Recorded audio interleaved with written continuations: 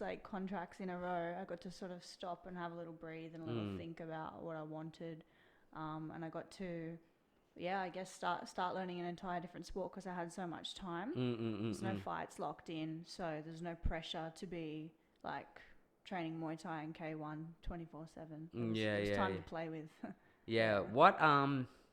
So then what point, man? Like, I didn't see the MMA thing coming. So, not that, I was meant to know, but like, kind of how did you what made you kind of go down that path? What kind of made you change doing kickboxing? Is it just the fact you've been doing it for so long and you challenge? It's a few things. Like, I always thought about MMA. Like, I thought like one day that would be pretty cool. Yeah. One day I might give it a go. And I would always say one day, but like one day never really came along. When did the journey start? Like, when did you kind of really kind of commit yourself and know that, okay, I'm going to go down this path? I didn't commit myself till about a year ago from now. Yeah. Yeah, once I started actually training it properly. Yeah. And so you pretty much fought about a year, eh? After. Yeah. Yeah. I would have fought sooner. I did want to fight sooner. Wanted to fight in September, but with COVID and shows not happening and not finding opponents, like it ended up being about a year. Yeah. And so, in terms of like the skill set side of things like jiu-jitsu and things like that, like, the other art forms, I know striking, obviously, got a healthy background in striking. Was that something like a year ago, or was it something that you were dabbling like kind of a little bit and before you fully committed, or did you kind of just... Nah, like I do like one jiu-jitsu class every 3 months, like right, okay, like I'd sort of have a go and then I'd get matched for a striking fight. So right. Because when I'm so you're learning as you go. Yeah. When I'm gonna fight, I want to like put all my energy into the rules of that fight. So I stopped. I wouldn't do jiu-jitsu or anything because it's a K1 fight. So I'm just gonna train K1. Yeah. No, sorry. I meant like MMA, like going into pro. Like when did you start kind of training in all the different this time last year. Like it was about this time last year. Yeah. Sorry, yeah. And how did you find that? Like, how did you find coming from a K1 kind of background and then... So hard. It's so such a hard. crazy sport, eh? It was so different. I couldn't do anything without getting put on my bum straight away. And it's like, it's not even like, it's like, obviously, like I did like kickboxing, but I do obviously boxing now. But in between, when I kind of moved out here, I wasn't like, I got sick of having to travel really far as well. So just down at Rouse Hill, Alpha Jiu-Jitsu, I went and trained there for a couple of months. Fuck, it was good. Like, it's tough, man. It's tough. And like, I was tough in the sense, like, I wouldn't make it easy for them. But it's like not knowing certain positions or whatever. Sometimes. You're sitting there like, fuck, what do I do now? Like, But I would always like make it hard. I was good with, just almost wrestling in a sense, out of it, but like, trying to muscle out. Trying to actually, like lock in something, unless I knew how to do it, or I was like, what do I do now, but it's like in terms of even just for my breathing, like the cardio and whatnot, it was much different. So, and it doesn't it gets a bit easier, but it's still so hard. Yeah, of course. And like, do you still, having learnt all the kind of other art forms and stuff, you love your striking? You love like, I love my striking, but I love wrestling too now. Like, oh wow, okay. I do more wrestling than jiu-jitsu. Cool. Love wrestling. I'll always love striking the most, but I don't want to be like a one-dimensional fighter as well. Of course. So where do you go do wrestling? I do wrestling at Karaoke at my gym. Okay. But I also go to Central Coast MMA. Oh, nice. Okay. Once a week and work with a wrestling coach there. So, nice. Yeah. Was it Karaoke MMA? You were saying? Karaoke MMA. Karaoke? Is that? Yeah. Yeah. Sorry. Karaoke. Yeah, and that's in Hornsby, right? Yeah. Yeah. Nice. So then, what was it like? Obviously preparation's obviously a little bit different to K1, given the fact that you're an MMA fight. Yeah. But what was that experience like, man? Like, really hard. It was hard. Yeah, and it was a great promotion as well. Superfight MMA, they're great promotion as well. What was that experience like, though? Coming from a K1 background in MMA, what were some of the things like, kind of, I guess, I guess when you're training, you can always expect it, but you know more than many with the amount of K1 fights you've had. Experience, you know, plays a big part, right? Yep. Being that it's your pro debut and, you know, essentially the first time you have an MMA fight, right? What was that like, just in terms of just the fight, like how you felt during the fight and things like that? Just the situations like being against the fence, having to wrestle, having to clinch. What was all that like? It was really hard because not only was it the first like MMA camp, but the girl I was matched with was pretty much the best wrestler in Australia. Wow. So it was not just, you know, let's have a go at MMA. Here's the best one that we can find. And our strengths were completely opposite. So I was a strong striker and she was an extremely strong grappler. She was a brown belt and she was national wrestling champion. So it wasn't just a normal MMA prep. It was you need to stay on your feet at all times prep. Like there's no dabbling on the ground. There's no messing around down there with her. Like it's not going to work for you. So it was really hard, and the whole camp was just stuff the takedown, get back up. You know, you're on your feet, you're on the ground, get straight back up, straight back to striking. A lot of wall work, and it's grinding, that kind of camp. Like that's a grinding camp to have someone trying to like just wrestle you down for 15 minutes, and you're just working on keeping them off you. That was very grueling, but that's what we needed to fight her. So. Well, ended up getting the win, so and surely it was worked. an emotional roller coaster, that camp, because some days like everyone was getting me down. You know, some days I couldn't get back up just because I was training with such a high level people. So, and every time I get subbed, I go, oh well, if that's a fight, the fight's done then, and that's how I'd think about it. So it was pretty hard mentally, hard mental camp as well. How did it, in terms of translate to the fight? I was meant to actually, so I have a whole nother story on how I was meant to watch that fight. Yeah. So you know, I told you I'm going to watch the fight. Yeah. And so I had to watch it off my phone.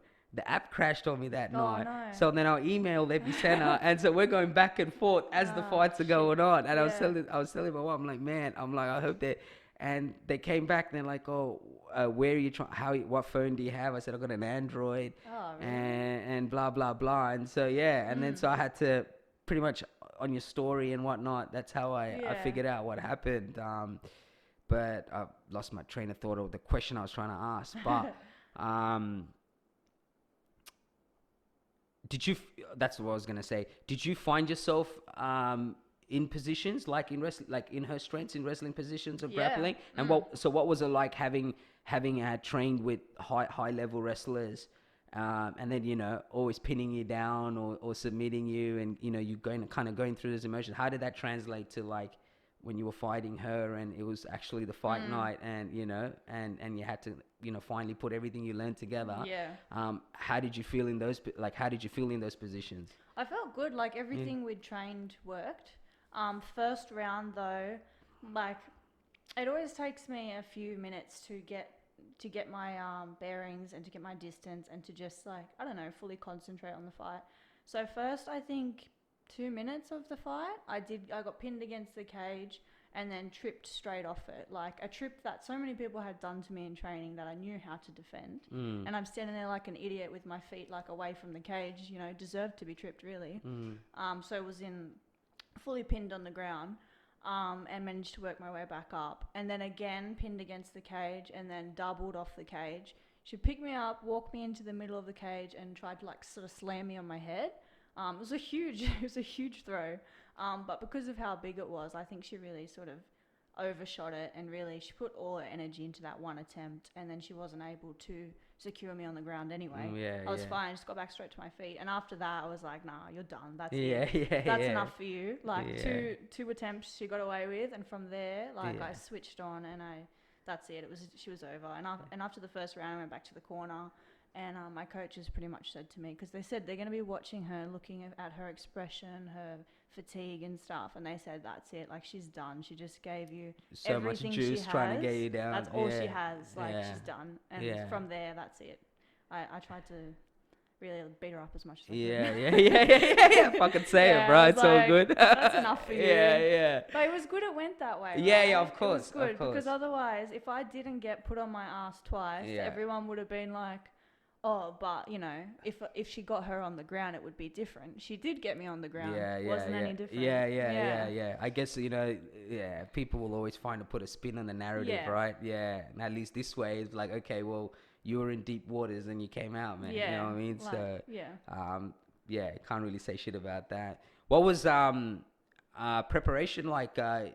Was it any different in terms of how you've always prepared for K1 fights and stuff? Like, was your preparation any different mentally? Very different. Yeah. It was In very what different. sense? The hours were much longer. So instead of training maybe 2 to 3 hours a day, the days went from 3 to 5 hours a day because you've got so many different aspects of martial arts to cover. Not only that, but the fatigue and body pain you get from the constant wrestling, grappling, people pulling on your neck, pulling Wrestling's on your a whole limbs. nother a thing on your body. It's Yeah, savage. I've It's savage. I've never really done wrestling, but even the time I did jiu-jitsu, but I mean, I just know from general knowledge, reading about it, and even a lot of wrestlers, the injuries and lower back issues and things like that. But it's a very strenuous thing on your body. Very strenuous. Yeah, it's just a constant grind. Like you have to, especially because we don't just do wrestling like for MMA. We do proper pure wrestling, and it's a constant grind. You have to engage. You can't just like circle and run away. Like you have to engage. That's the rules of wrestling. So the whole time you're in there, you're working, and it's so grueling. But I love it. Yeah. And what's in terms of diets and things like that, you with Geordie, did you? Yeah. Was that your first time? First time. How was that like? Really good. I've worked with other nutritionists. Yeah. But working with Jordan and Jack was like you can tell it's a different level. You Yeah, can tell yeah. these guys know what they're talking about. Yeah. It's a science. It was fantastic. Yeah, I've had Geordie on previously. And he's a stud. Like he knows what he's and he genuinely cares. Like he genuinely is passionate about what he's doing. So it's pretty cool. The stuff you get to eat is. Yeah. So I was actually So I got an amateur fight in 5 weeks in Richmond boxing. You're doing nice. My nice. fourth one. Yeah. Nice. So I had when you came on my podcast, I wasn't working, so I couldn't train, and so I had like 2 years off training. Yeah. But the time you came on my podcast, a month or two before that, I had just had my first boxing fight. So I was doing I remember. And then I had walked away, and I just got back last September. And so my whole idea was obviously eventually to get my weight back down and compete. So And you're with Jordan. no, I'm not with Jordan, but like I have I know a few people that have been with him, but I was just looking at different things to make, but the reason I was thinking about it was because we were going through your story, me and your missus, and you had your prawns and everything, and I was like, yo, I'm like, here, But I have touched on Geordie's in the sense he gave one of the boys was on the diet, and so the boys were like, you should try this out, and it was actually for my boxing bout, and it was the best I had ever felt. Yeah. And it's very variable. Like you measurements, and you can make whatever you want with those measurements. And it was just a sense of like all these stigmas were just, it was rubbish. Like, the understanding of like even sugar and carbs and like, it's all about when you feel yourself, how you feel yourself, and there's a stigma about cutting weight and not eating, you know what I mean? Yeah. And it's crazy, exactly. And it's just crazy. And it was the first time I felt like I was stripping off weight, but I wasn't like, you can always eat more, but you know what I mean? But I'm not starving. I'm not hungry. You know what I mean? And full stomach. Sometimes you get dessert as well. Yeah. Like that's what I mean. And it's just all on how you use it. And so it was amazing. So I was always like I had followed him before then, but once I started to see people, and then I knew people as well, I had to have him on because I was so interested in. And so how did you feel? Like, how did you feel? Obviously, you've had that many fights. You can probably compare how you are fight week and in the fight and leading up to it. How did you feel in comparison to previous times? Yeah, well, if I think about it, like I've had 23 fights, and I've had fight camps where fights didn't go through, so that probably gives you about 30 weight cuts I've done.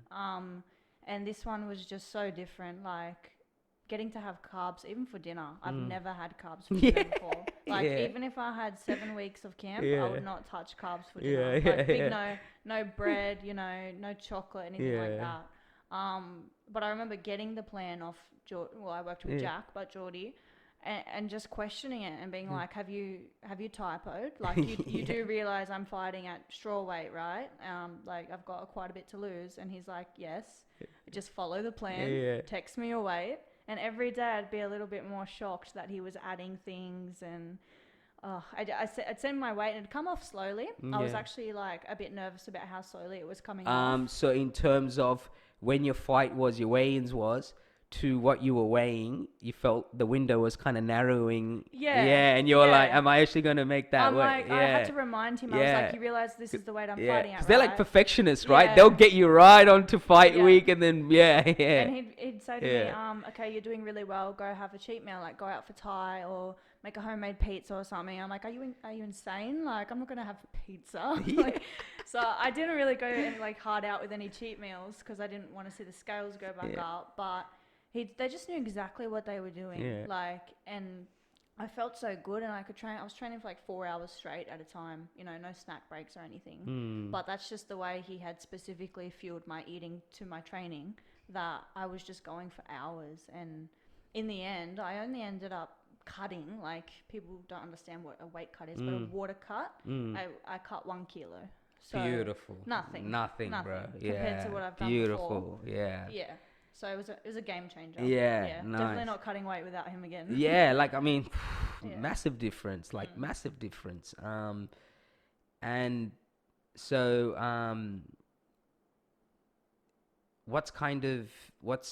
so you've just, obviously you fought, when did you fight? Like a month ago? Almost? Yeah. 17th, I think it was, of March. So, so you kind of you're just back in the gym, just seeing what's ahead, like waiting to see you or do you want to kind of jump back in again well, sooner? Everything's actually fallen. We haven't spoken about it yet, but everything's fallen into place in the last day, really. Okay, nice, beautiful. So I have got another fight. Yeah. I never like to say yes, I'm fighting until I see the contract, because you never really know. Of course. But at this stage, I'm fighting again in 4 weeks. So. 4 weeks, beautiful, bro. That's crazy. Nice. Pretty excited. Are you allowed to say like where and stuff yet, or you don't know? You just want to wait till the contract comes? Well, I'll say it now because by the time this comes out, I'll probably have the contract. So it's on Eternal. Eternal! Wow, man! UFC Fight Pass, ladies and gentlemen. So I'm super excited. In Brizzy, nice, man. Melbourne. Oh, it's Melbourne. This one's Melbourne. Okay, but are they generally in Brizzy? No. Yeah, they go everywhere. So Melbourne, they go everywhere. Brisbane, Perth, for some odd reason, I was thinking that New they Zealand now as well. Oh wow. Yeah. Just no Sydney. Come to Sydney. Damn, why not, eh? Yeah. But that's dope, man. Yeah. That's huge opportunity. Huge opportunity. So we found out sort of. Definitely tune in for that one, bro. Because this is UFC Fight Pass. There's gonna be no dramas. Otherwise, Dana will be getting a call from me. It's a good platform. Beautiful platform. I mean, that's so good. And so that's in 4 weeks in Melbourne. Nice. You would have done a few Melbourne visits, like doing your K1 days and stuff as well, right? It'll be nice going there for something different now. There's always a really good feed after. It's so dope. So good. So essentially, I mean, in terms of your shape and how you feel, you should be in pretty good, like just in terms of headspace, because you only fought not that long ago, right? 4 weeks. 4 weeks or something like that. Is there, obviously there's always things that you're gonna kind of rejig and learn from, but is what's that process like though? Like, you obviously do your wrestling and all the other different mixed martial arts that there is there. Like, how do you kind of manage, like, do you manage the time? Like, how do you kind of manage the time? Is there, like, for example, if there's something specific that you need to work on, like, say, for example, this person's very strong in their wrestling or whatnot, do you ever alter, like, your training schedule to kind of spend more time doing something that may be extras, just because specifically the person that you're fighting has a strong strong background in whether it's jiu-jitsu or whatever it is? But do you kind of alter your schedule? Do you and your coaches and team? We don't I wouldn't say we base the whole camp around the opponent, especially with this one. There's not really, like, there's not really one game plan. There's a few ways this could go, in my opinion. But we will have like some days I'll be like, last time I knew I was fighting a strong wrestler, and I thought, okay, well, I keep getting double legged off the cage, so we'll work maybe a whole day just on that, and we'll get new opponents in, and we'll get people who are generally bigger and stronger than me, because if I can like stuff their takedowns, scramble, get out, scramble yeah, there, yeah. then it's likely I can do it on the night. Yeah. Which is how it went. But if I'm having any concerns about specific things, like my coach always checks in, like, what are you worried about? What do you think your strength is versus your weakness? Whatever my weakness is, we'll work on together. And he'll just bring in partners for me. And it's pretty much, we go off how I'm feeling. Yeah. Which is good. I think that's a good way to go about it. In terms of just like the mental game, man, like the inspiration, what keeps you inspired, what keeps you motivated, what are some of the things outside that keeps you kind of getting up every day and doing this and motivated? I was thinking about this the other day, actually. Because I think the biggest thing at the moment is how much I have done already. Of and course. how much like success I've had, and how much work I've put in, how much money I've put into it. Like, it's not enough for it to stop where it is here. Like, it needs to go further. Like, that saying, like, I've come too far to not go further. It's literally true. Like, so much sacrifice I've put into being like a fighter so far that it can't end here. It needs to go all the way. So otherwise, I wouldn't say everything I've done is a waste, but everything I've done, to me, it didn't amount to anywhere near what I thought it would. Yeah, of course. And I guess no one knows more than yourself as well how far you want to take it, right? And like, where you want to go with it as well. And to be honest, man, your second pro fight on Eternal MMA, you're heading in the right direction anyway. You know what I mean? So, what are some kind of I guess the tools you use to kind of keep yourself motivated? Are there things that it's like, whether it's reading certain books, or is it certain visuals, or things like yoga and meditation, things like, what are some of the other tools that you kind of keep yourself, or do you have any other tools that you kind of have that keeps not just your physically prepared, but like emotionally and mentally as well, just kind of in tune with yourself?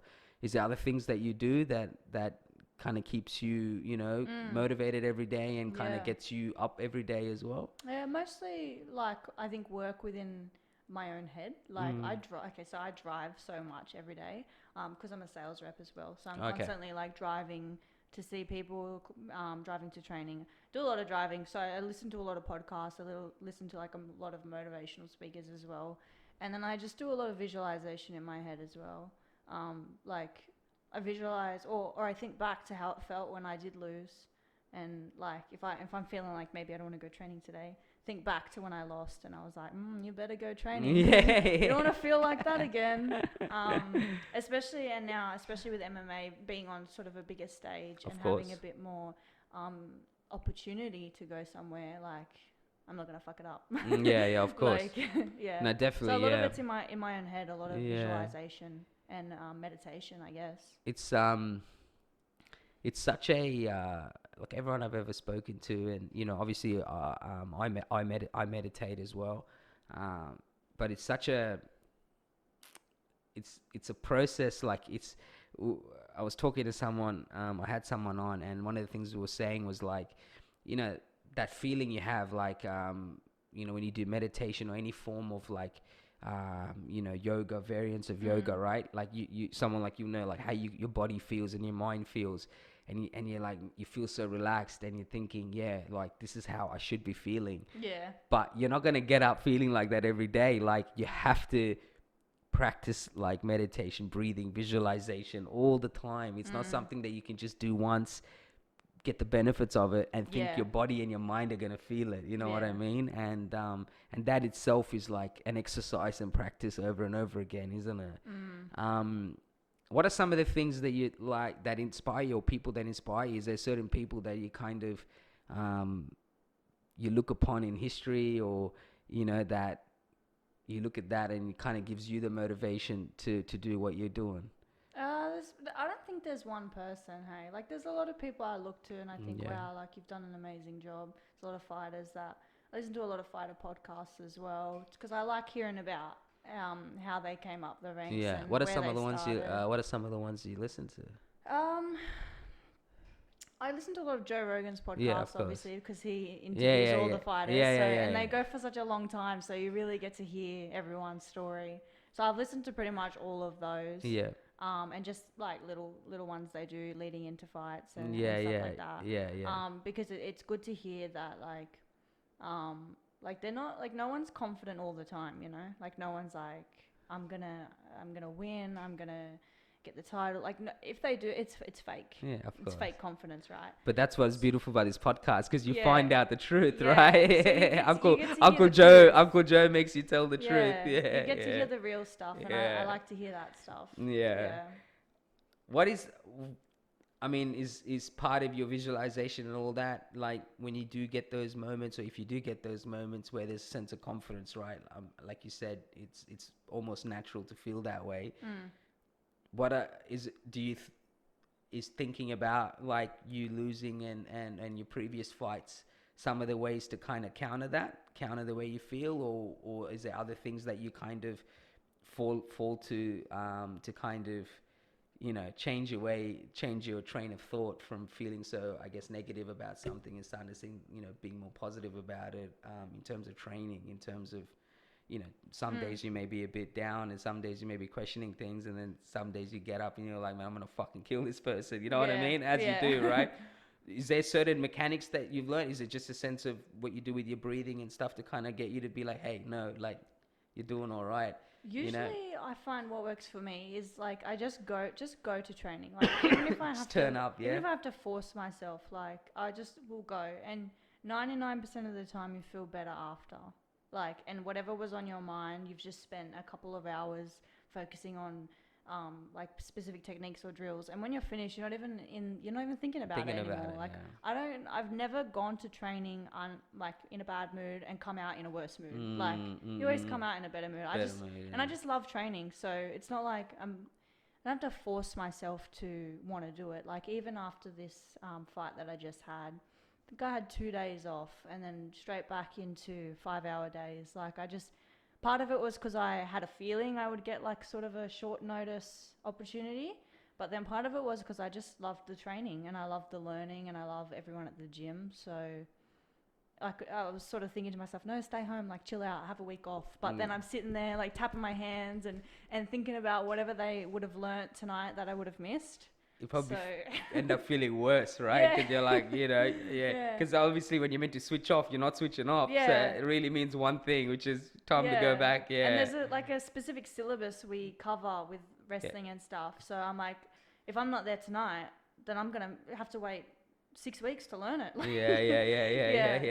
So I don't know. I love the learning. So even if I'm in a bad mood, I'm like, okay, I'll be fine after I go training. It's crazy though, right? You were touching on it, just like how you could turn up to a gym in a bad mood, but you'll never leave in a worse mood, like you were saying. And it's so true, like how, and I was telling someone that we were having a talk, and there's obviously on the same night that there's a couple of guys that are jumping in the ring for the first time, and so we're just talking, and I said, man, the one thing I've realized has always worked for me is just turn up, man. Yeah. Turn up, and then just go through whatever you got to go through in that session. You know what I mean? And then before you know it, you'll be doing things that you thought unimaginable that you could never do in your life, and you'll be doing it. You know what I mean? So there's no other way other than just fucking turn up. Even if you turn up and have a bad session, you probably won't feel as bad as if you didn't turn up and then you feel guilty about not turning 100%. Up. So but at I feel least like you got something out of it. Some point, even later on, I feel like that session you did turn up where you did have a bad session ends up paying off in a way as well. You know what I mean? In some way, you know. So your goal is to go all the way through. You wanna So strawweight, your strawweight's your division. Strawweight's my division for this fight, particular fight coming up. In terms of like weight that you've had to compete at, is that the lightest that the lowest you've ever had to go?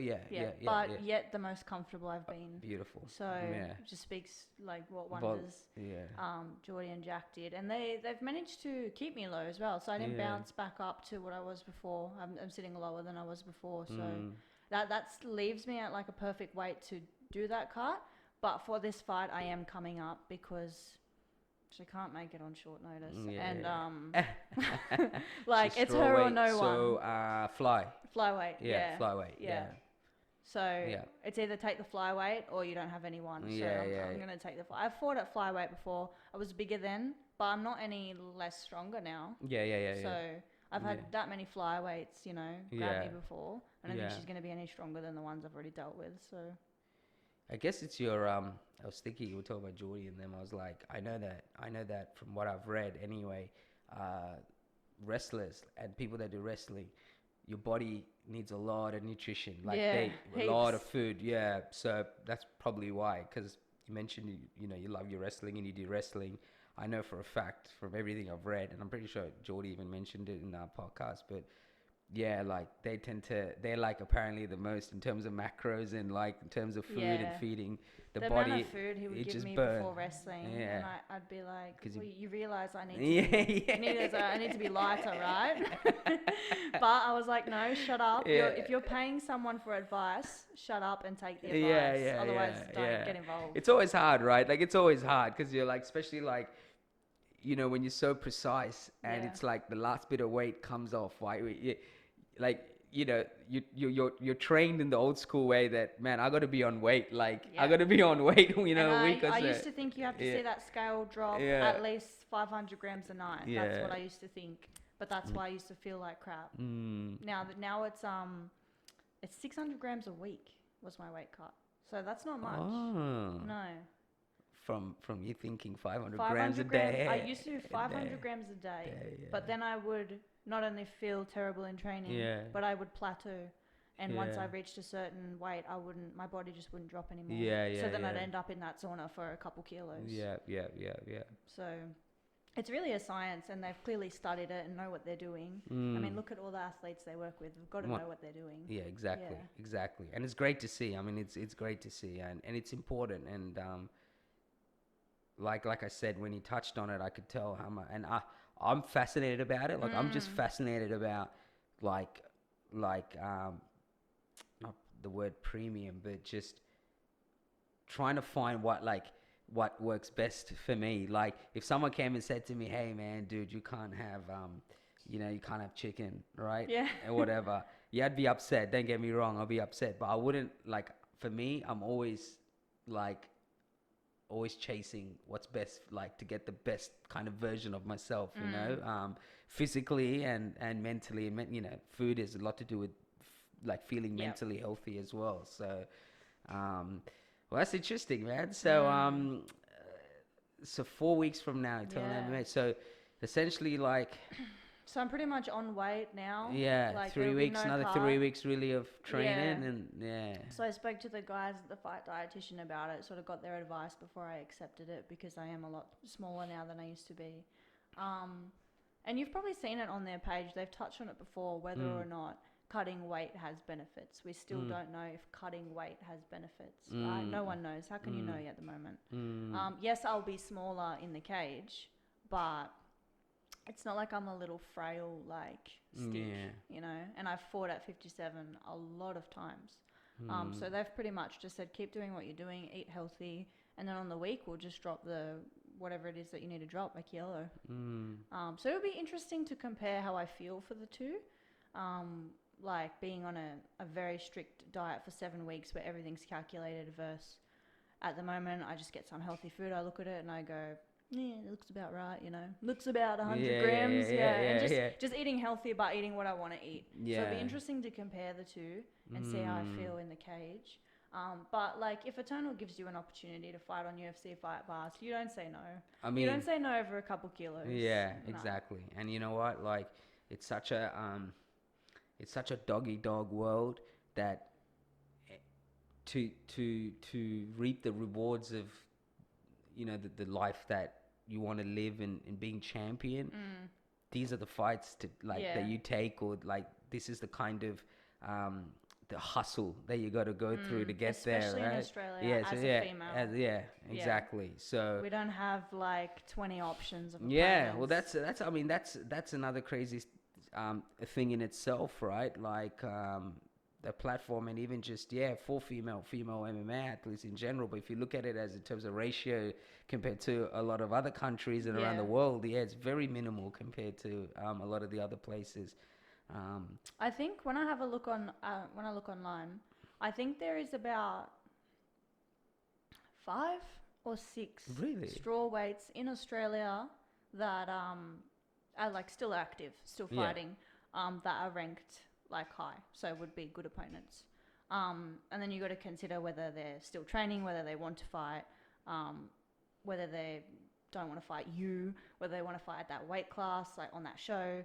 Like you'll never, if you just stick to one weight class on one promotion, you'll never get a fight, you know. So once I sort of, I think, have a few fights and prove myself enough on the Australian scene, and we go international, that's when I can stay in my own weight class. But for now, there's only like 3 realistic options, and none of them want to fight right now. What are you gonna do? You're gonna end up being inactive and you're gonna sit around for 6 months and not fight, like. Yeah, and I guess like you said, the pro side to it is that you beat maybe even 2 or 3 of them, and you're setting yourself up for probably a big international fight, because you kind of and then I can go, okay, you actually get some visual as well. People could say, exactly. Because there's so many strawweights in the world I could fight, so many. But none of them are in Australia, right? There's such a lack of. There's a lack of competition in Australia. Realistically, there is. And I mean that's I guess that's the flip side to competing here, that eventually you got to have the mindset that you're going to go overseas and you're gonna, you know what I mean? It's going to be different. Yeah, it's going to be different. Like it's good to have the platform here, I guess, a good foundation, but eventually I think if you really want to test yourself, there's a whole big world there waiting for you, and it's good, man. It's great that you're thinking like that as well, and you already got that in your foresight that, hey, this is what's waiting for me. This is not kind of. Once you get to the top of Australia, it's only gonna get harder. Yeah, harder. You're only gonna have to step it up even more. Like.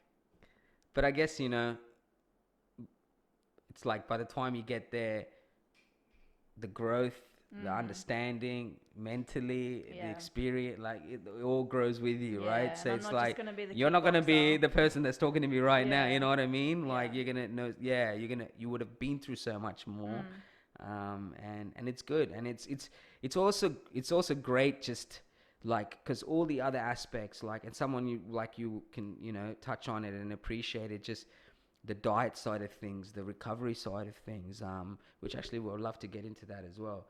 Just how all those different aspects play such a big part, right? In you, like, turning up to training is one thing, but like physically being able to go through it emotionally, mentally, like, and things like food and all that, like, it's so good to just have those things sorted, right? In such a way that it's like, okay, it all needs to be because it just makes your job easy, right? And how all of that plays such a core part in what drives you, you know what I mean? Like physically and mentally, like having those things there, and just having the right food and being able to perform at a very optimum level, you know what I mean? Optimum was the word I was trying to think of, not premium. It's a good word. Optimum was the word I was trying to think of.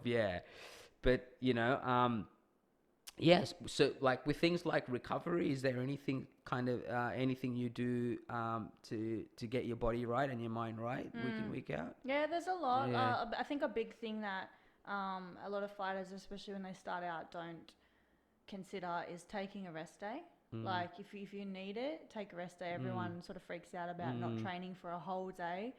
But I make sure at least 1 rest day, sometimes 2. Because it's such a grueling process getting ready for a fight. Maybe you need 2 days off. Maybe you need like 1 morning off and just train the night. So I'm really big on rest days. If like your body will tell you when it's time to slow down. And other than that, we touched on it a bit before we came on camera, is the strength and conditioning. Like having that foundation and the strength to put your body through what it's going to go through. And you know, building that strong foundation, because if you're gonna demand your body to do 3 hours of wrestling, you better make sure you've prepared it, I guess. You've given it all the diet, all the nutrients it needs, and all the little things like activation, getting out knots and stuff like that. So with my strength and conditioning coach, we do a lot of that. We don't just, lift heavy weights and run sprints and pull sleds and stuff. We do a lot of recovery work and a lot of activation. Which is so important. Yeah, so I don't get many sort of nigglies these days. Yeah. And if I do, I bring it up straight away. We work on it. And before it's become anything, he's already dealt with it. Yeah. Which is amazing. Yeah, that's crazy. Yeah. He's not just like a strength coach. He's a physiotherapist as well. Yeah, so yeah. He definitely knows what so he's has on a about. deeper understanding of how the body works. Yeah. I've worked with some strength coaches where it's just like, all right, like 50 deadlifts, 50 push-ups, 50 burpees, then we're going to sprint, then we're going to go on the assault bike. Like, it's too much. You don't need to do all that. Yeah. Nah, it's crazy. It's got to be smart, right? Not all that's going to do is give you like a sore back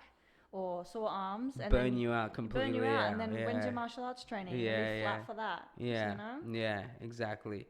And that is, I mean, man, I'm so glad you brought that up because it's such an interesting topic and it's something that I've kind of like, because obviously I've done the strength and conditioning and man, it did me wonders, like, no lie, but like, yeah, like you were touching on just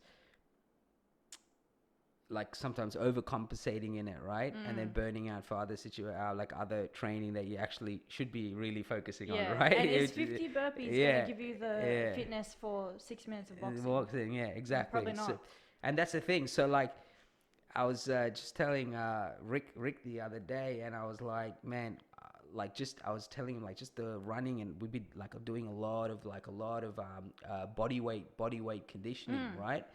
Like, man, like frog jumps and things like that. And I was just saying, it's so crazy. Like, you forget, like, before any of this existed, using your own body and gravity so much was the way to build strength and explosiveness. And there's all these, you know what I mean? And you forget, like, no matter what, the most basic mechanics like running and all that is always going to be like superior, you know what I mean? Because it's just such a, it's such a basic movement, but you forget, like, with you add gravity and all those things, and or different positions. Like, I'm not very structurally strong at like overhead. My hands, like, because we're like boxers, we're always hunched. So I'm very weak with an overhead position. So we do a lot of work with that. Like maybe with a 5 kilo weight plate. It's just working the right parts of your body instead of trying to lift like 90 kilos or something. And I'm assuming just the addition of that must have just pushed. I've been with him for a while now, though. Year and a half, 2 years. Cool. Nice. But I used to always be injured, like herniated discs in the neck, discs in the back, or getting like sciatica down my arm, like so many things. But since I've started with him, he's all over everything. And as soon as I have like, nerve pain down the leg or the arm, I bring it up and we work on that. Maybe we have to spend the whole session on that. But if it means that night I can go and do my 10 rounds of wrestling, then that's what we need to do. It's amazing, right? Like, I don't know. I've always had this crazy, I haven't always had this crazy. This is a crazy theory I've come up with lately. And I don't even know if it's a theory. It could be facts and I don't even know about it. But it's just me. But like, like when you, like, obviously I'm 30, I'm 33 now. But when you're in your 18, 19 and you're training and, you recover a bit, you just recover, right? You fucking recover. Let's be honest. Like, recover. You're like, fuck it. You know what I mean? Exactly. That's exactly it. Friday night. And then I remember, like every person from my brown background plays cricket. So I remember, like, you go to cricket fucking hungover. And then Saturday night you go out drinking and Sunday and then next week and the next week, right? And I always say, like, I feel like as you get older, you have to remember that it's not about, I'm getting older and I got a lower back pain. It's that you got to stretch, you got to loosen your body. Your body is amounting with so much, not even just physical pressure, emotional pressure, all those things, tension. Like tension, all those things over time, over years, and so I've always, like, now especially, but like for maybe the last year, 2 years, not that I never stretched or anything before, but I'm very like adamant and I'm very Stretch like, down after, yeah, stretch before. because Yeah. I tell people you never realize how much your mood can change from feeling down or feeling a bit tired or fatigued. You loosen up your body, let your blood flow, open up your hips, everything. Just spend time, and you feel like rich. You know what I mean? And I go, it's no coincidence. It's because your body's tired. Your body, you know. Or tension in the face. Sometimes you don't notice you're like really like tense, and just let it go. If you can learn to let it go, that's why yoga's good. Exactly. And you don't realize that it just amounts over time. So it's so important, and you could just, you know, you can just change your whole mood by just realizing, like, when I was doing I had a hip a psoas injury. So it was my hip flexors, and man, it used to fucking hurt like so badly, and because, you know, like, you're training 6 days a week, right? The hip flexors, they need time to rest. So, like, you know, when I was trying to like check kicks or things like that, I would see kicks coming, but my hip would react so slow to it. So, like, and throwing kicks as well. And throwing kicks as well. You know, you need your hips. Yeah. So, like, that's how I eventually transitioned to boxing, because I was like, man, I still want to compete, but even in kickboxing, it would have just been my third amateur fight. But the guy I was fighting, it didn't end up happening. He ended up taking another fight anyway, but they were good.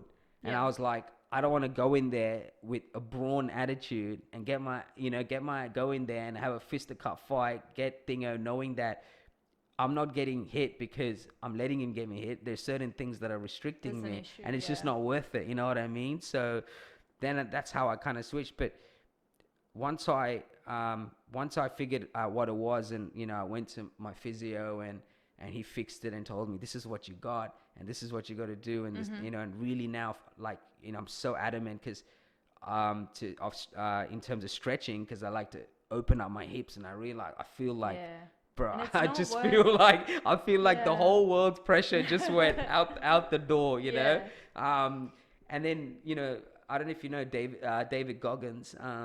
He's the bold Navy ex-Navy SEAL. Anyway, he's a crazy dude. He's a motivational guy. He's been on Joe Rogan as well. So if you haven't seen it, watch it. It's an old one, but he's got a book called Can't Hurt Me.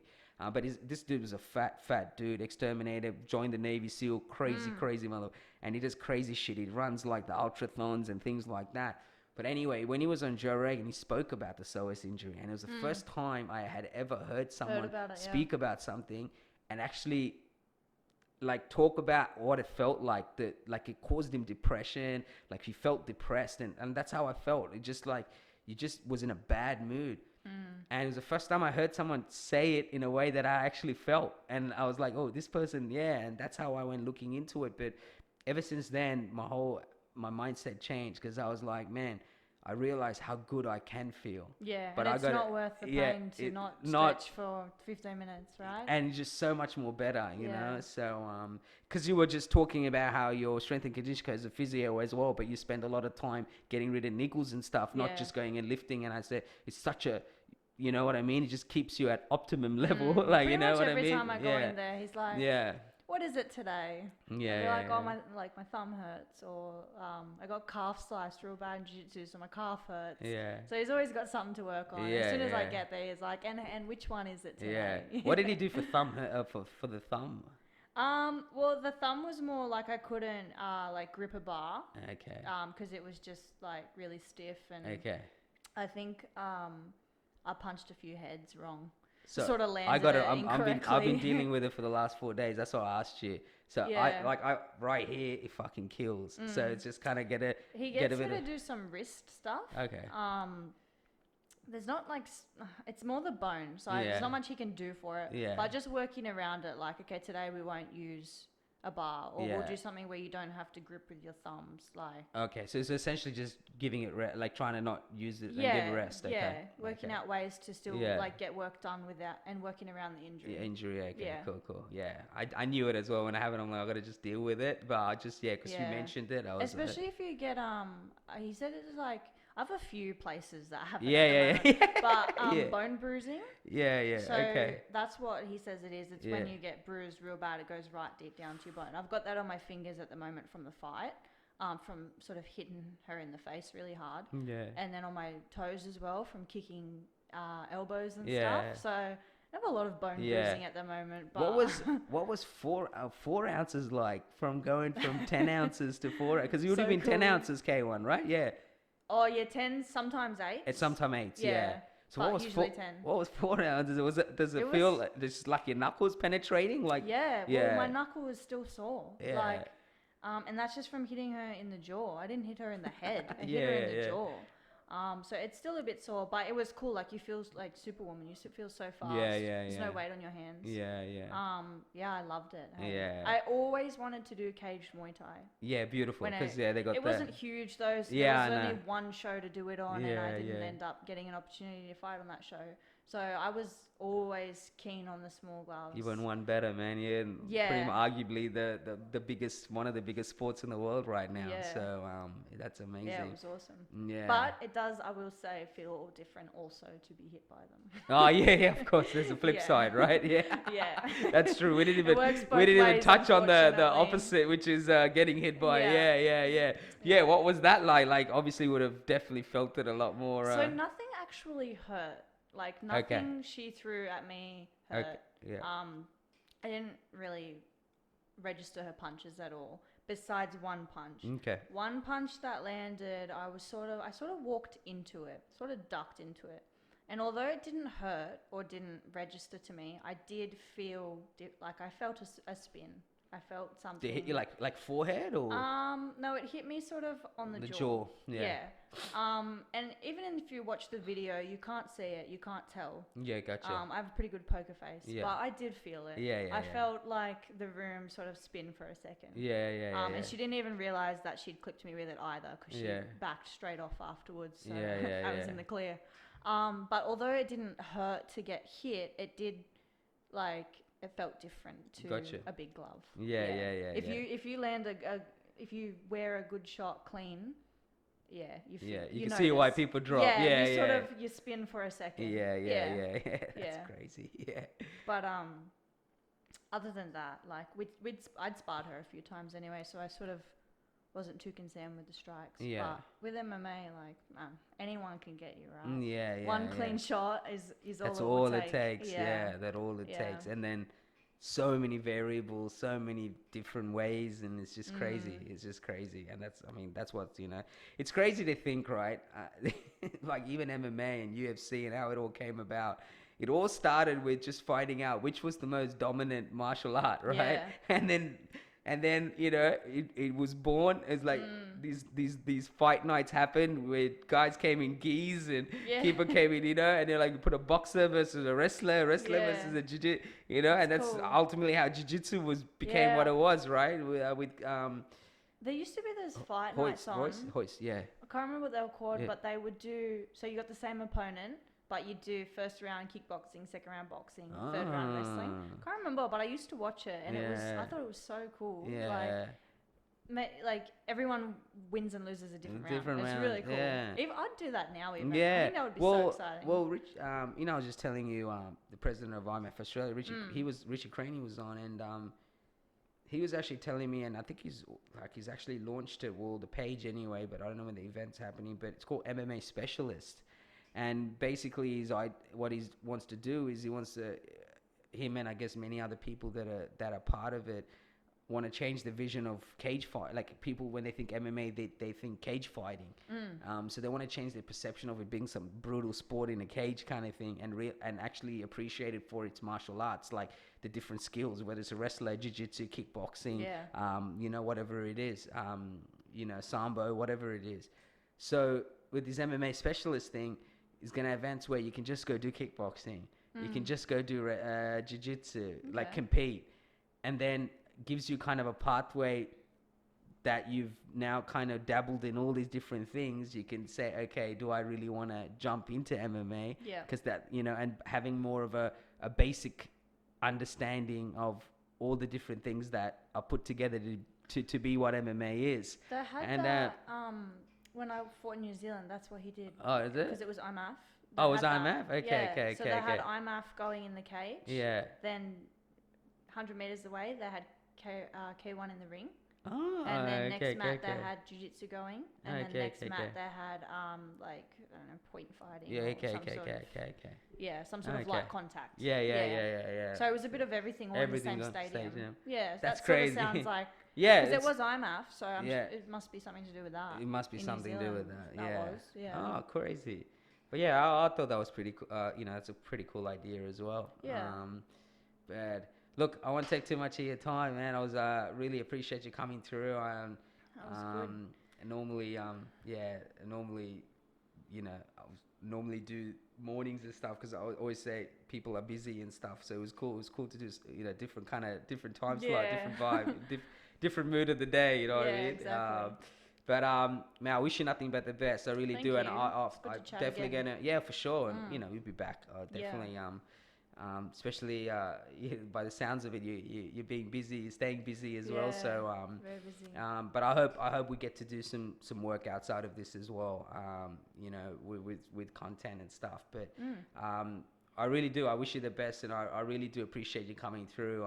You know, and I guess for those who kind of have jumped on board now will know, but Jacinta was one of the OGs as well when I first started. OG little kickboxer that just wanted to go fight. Yeah, that's it. OG kickboxer that's just you know, and I'm pretty sure it was a black and white video too. So but it was just, you know, it's just so good to see you kind of transition, and it's really good to see you go to a sport like MMA and be able to even have the opportunity to fight in such a big promotion as well, if not one of the biggest promotions in Australia. So which is really cool, and it's good that you're involved in a sport where it's prime to, you know, and if you want to make a career out of it, you know, with the right attitude you can, you know what I mean? So but I'm sure we'll catch up, and I'm sure you know, and you know, we'll definitely be watching you leading up, man, the next 4 weeks. Yeah. Appreciate it. Thank you. Thanks for having me again. No worries.